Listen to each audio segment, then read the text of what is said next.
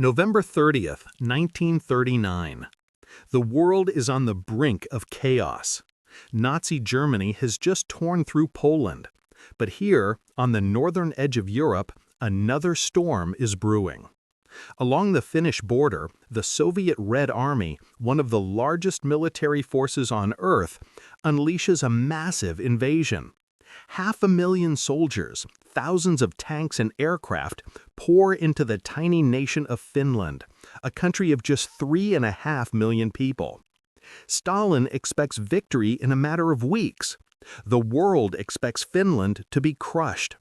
What no one expects is that the most feared soldier in this conflict will not be a general or a tank commander, but a quiet, unassuming farmer standing just 5 feet 3 inches tall.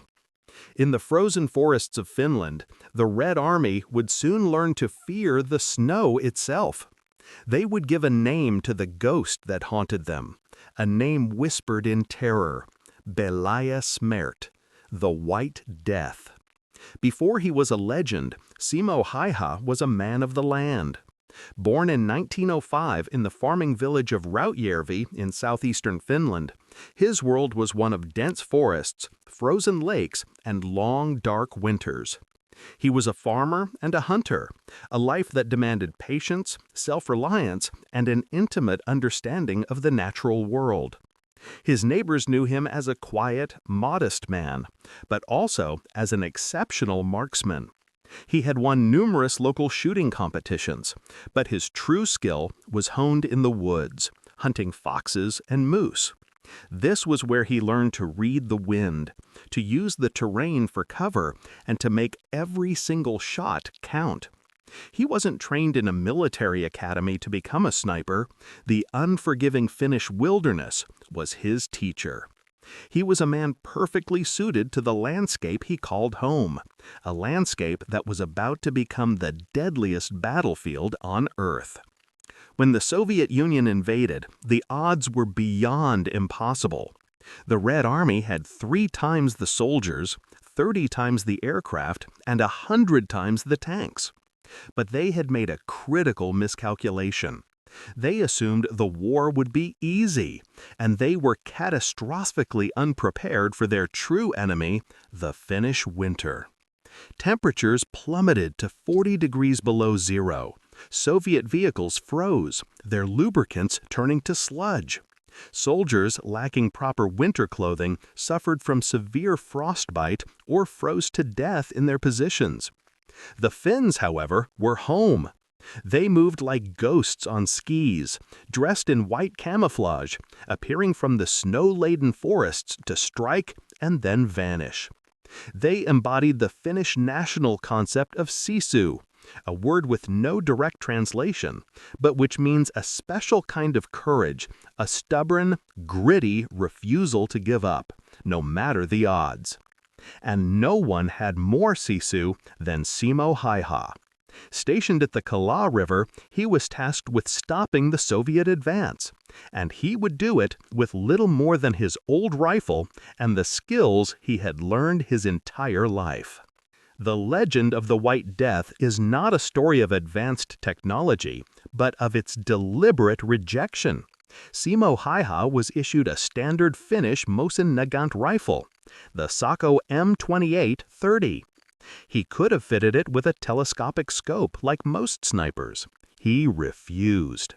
He chose to use the rifle's simple iron sights, and his reasons were pure tactical genius. In the extreme cold, a telescopic scope could easily fog up or frost over, rendering it useless. The glass lens could also glint in the low winter sun, a fatal mistake that would instantly give away a sniper's position. Furthermore, using a scope requires a soldier to lift their head higher to see through it. By using the low-profile iron sights, Simo could keep his head almost level with the snow, presenting the smallest possible target. His methods were brutally simple and terrifyingly effective. Before settling in, he would pack down the snow in front of his rifle barrel, so the muzzle blast wouldn't kick up a cloud of white and reveal his hiding spot. To hide the telltale steam of his own breath in the freezing air, he would keep a small amount of snow in his mouth to cool it down. Dressed in his white camouflage, armed with his scopeless rifle, and using these simple tricks, Simo Häyhä was nearly invisible. A ghost in the snow. For 100 days, Simo Häyhä went to work. He would venture out before dawn into the frozen landscape, find a well-hidden position, and wait. Soviet soldiers who thought they were safe would drop dead from a single shot that seemed to come from nowhere. His official count began to climb at an astonishing rate. 5 kills a day became his average. On one single day, he was credited with 25. The psychological impact on the Red Army was devastating. The name Belaya Smert spread like a virus. Soldiers were terrified.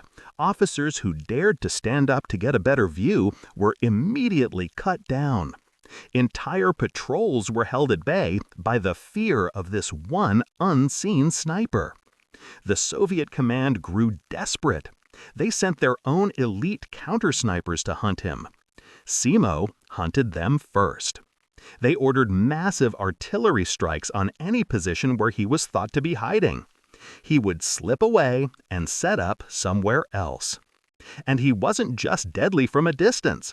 When the fighting was close, he would trade his rifle for a Swami KP-31 submachine gun, a weapon he used to kill another 200 soldiers.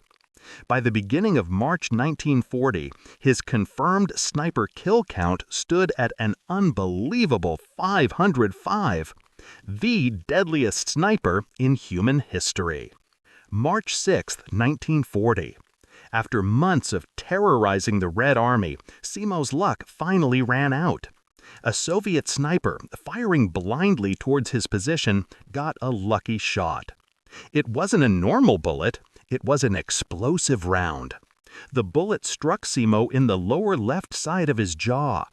The impact was catastrophic, shattering the bone and tearing off most of his left cheek. He was found by his fellow soldiers, presumed dead, with what was described as half his head missing.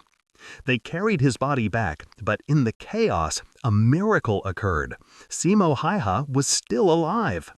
He fell into a deep coma. He finally regained consciousness a week later, on March 13, 1940. It was the very same day the peace treaty was signed and the Winter War came to an end. Finland had lost territory, but it had saved itself. It had remained an independent nation, a stunning moral victory against an enemy 100 times its size. Simo Häyhä would spend the next 14 months undergoing 26 different surgeries to reconstruct his jaw.